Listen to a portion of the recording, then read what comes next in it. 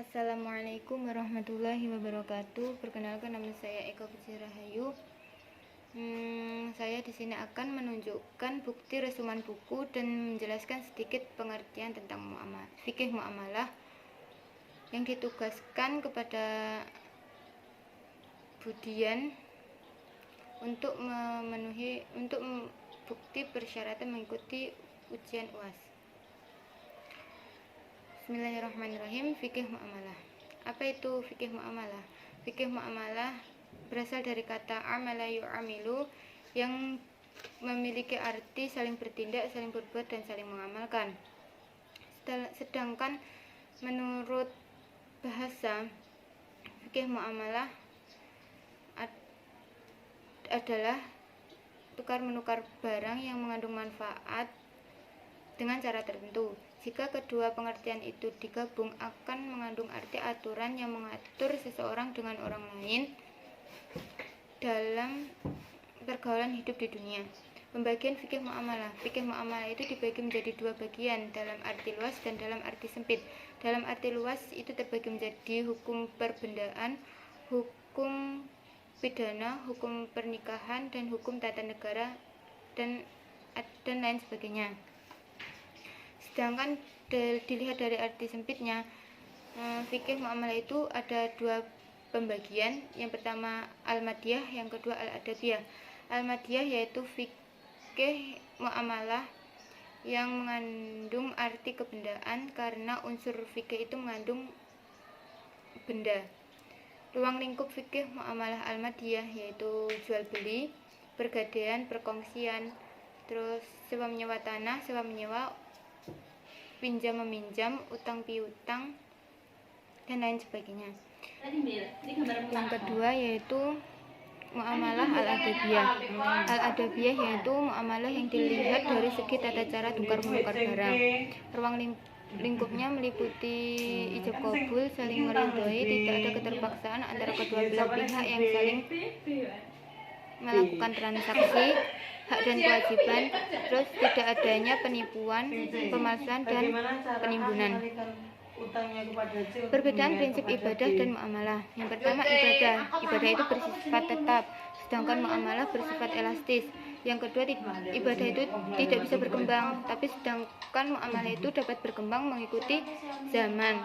Yang ketiga, ibadah itu bersifat khusus, sedangkan muamalah bersifat universal.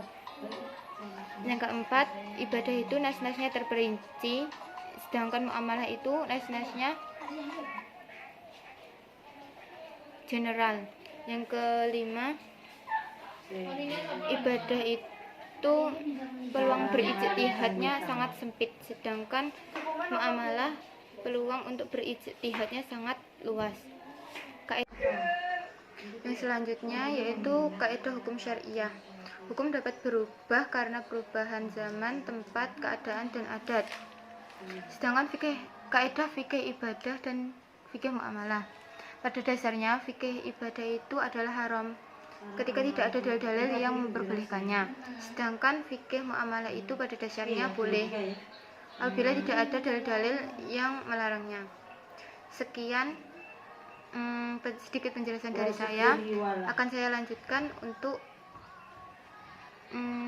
membuktikan resuman buku. Eka Puji Rahayu, Syiah Fikih dan Hukum Islam.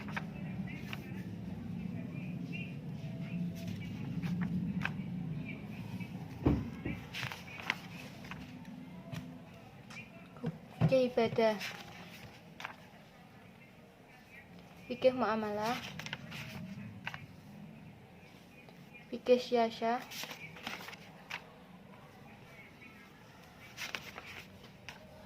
fikih munakahat,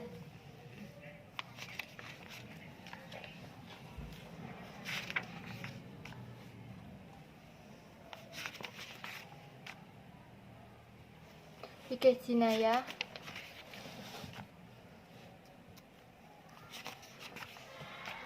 madhab fikih,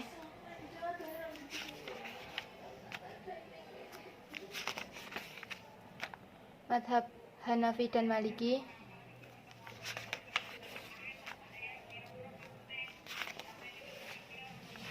Madhab Syafi'i dan madhab Hambali.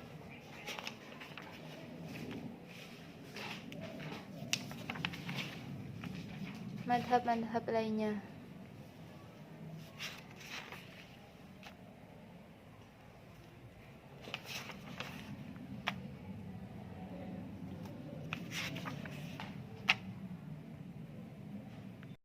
Terima kasih, cukup itu yang bisa saya sampaikan. Atau kurang lebihnya saya mohon maaf. Sekian, wassalamualaikum warahmatullahi wabarakatuh.